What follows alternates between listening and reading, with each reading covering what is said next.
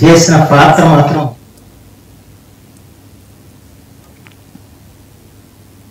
సంగారెడ్డిలో పలువురు నేతలను పోలీసులు అదుపులోకి తీసుకున్నారు. గిరిజన సంక్షేమ సంఘం, విద్యార్థి సంఘం నేతలను పోలీసులు అరెస్ట్ చేశారు.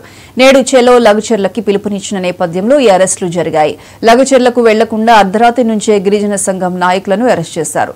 గిరిజన సంక్షేమ సంఘం అధ్యక్షుడు జైపాల్ నాయక్ ను సంగారెడ్డి పోలీస్ స్టేషన్ కు తరలించారు. విడుదల చేయాలి, అరెస్టు చేసిన గిరిజన రైతులను వెంటనే విడుదల చేయాలి, గిరిజన రైతులను వెంటనే కార్యక్రమాన్ని తలపెట్టిన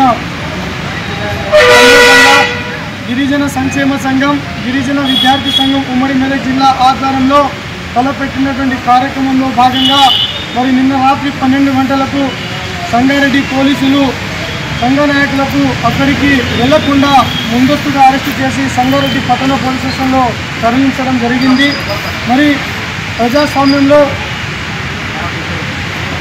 అరెస్టులతో ఉద్యమాలను ఆపలేరు, అరెస్టులతో గిరిజనులకు న్యాయం చేయలేరు. ప్రజాస్వామ్యంలో మరి ఏదైతే లగచెర్ల రైతులకు సంబంధించినటువంటి 5 గిరిజన తాండాలకు సంబంధించినటువంటి ఈరోజు వాళ్ళను అరెస్టు చేసి జైలులో